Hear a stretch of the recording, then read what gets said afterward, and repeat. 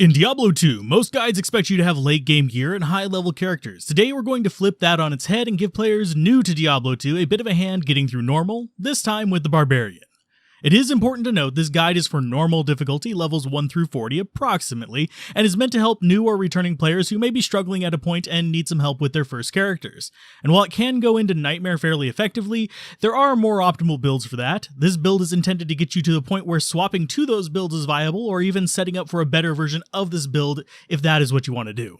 Starting out, let's get the stats out of the way. The Barbarian thankfully starts with fairly decent strength, meaning you don't need to invest a lot early on, and can instead invest in a bit of dexterity for attack rating and more importantly, vitality for survivability. Obviously, as we progress into later acts, you'll want to consider increasing your strength a bit to equip better gear that you will find and continue to boost your vitality along the way.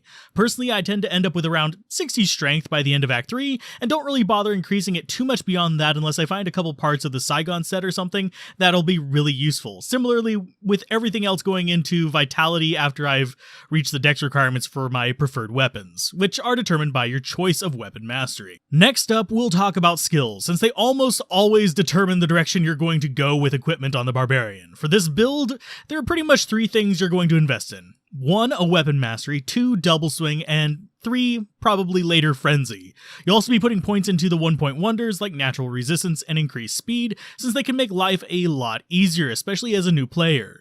For normal, we'll generally not be too bothered by war cries, at least as a new player, but they will become more important as we get into nightmare builds. For new players, I would generally recommend choosing one of 3 masteries: axe, sword, or mace. These allow you the easiest time early on and can be used with our double swing option. And while we'll cover other masteries in other guides, these are your options for this one. I personally favor Mace because it has overall the best perks, with bonus damage to undead, unlike the other 2, and it provides boosts not only to traditional maces, but also to weapons like scepters, wands, and staves. Most of your early points will be going into this mastery, as well as a handful into double swing to reduce the mana cost of the attack, and when you reach it, frenzy can be invested in as well, as we said earlier. And while we will cover the mechanics of it in another video, it is important to note that the main tactic is to lead in with frenzy to build up charge, and then switch to double swing for faster attacks, but this is a more advanced kind of tactic. With that out of the way, let's do equipment. First up, the things that generally won't change, as with all the other builds. Stealth is a great starter armor for consistent effects. It's Tal and Eth and a 2-socket light armor, and you're set. For the rest of your equipment, your primary goal is going to be resists, attack rating, and life. You can also get attack rating via dexterity stat boost, but you do want a pinch of equipment to help with this if possible. As with other builds, a tier helmet is a cheap option for helping with mana woes, or you can just use resist runes like Tal, Ral, and Ort, and even Thul if you can find it later on, because it is a bit of a pain in most of normal to get.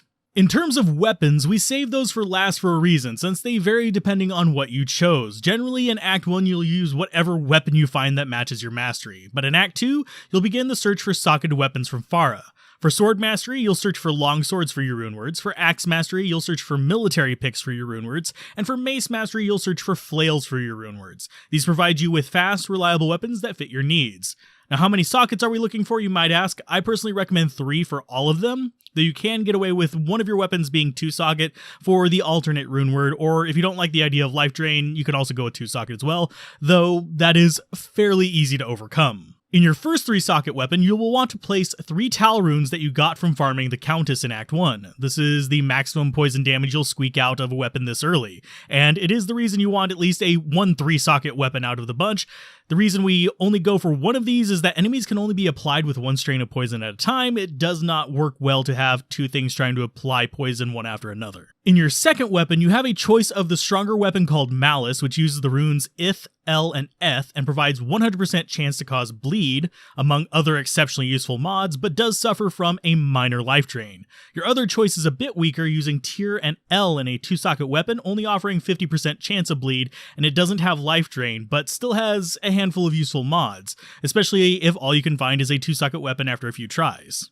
The reason we go for this mixed setup is we are essentially applying 2 decent damage over time effects to drain enemy life, bleed, and poison.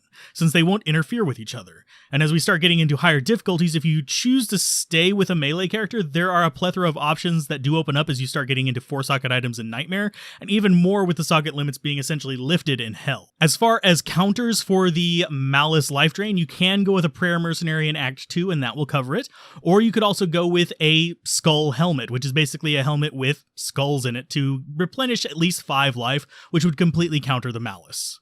As far as mercenary choices for this build, an Act 2 Combat Mercenary for Prayer is going to be a really good bet. You could go with a Blessed Aim Mercenary from normal as well, but I generally prefer the Prayer effect because I use Malice. You could also go with a Cold Mercenary from Act 1 or Act 3, but generally the extra kind of brutish friend that can help you kind of distract and help tank is somewhat useful. While this build does not quite match the speed of other characters, the Barbarian in general is one of the slower characters to go through the game with due to how his builds work. That doesn't make him weak, just more steady paced. As far as melee builds especially, spending the time to level up can drastically impact how easy or difficult later parts of the game can be, since while attack rating and defense play a role in your chance to hit and be hit, level also plays a significant role in this, reducing the need for extra attack rating at exceptionally high levels, except against very specific enemies. Though this is a story for a much later guide.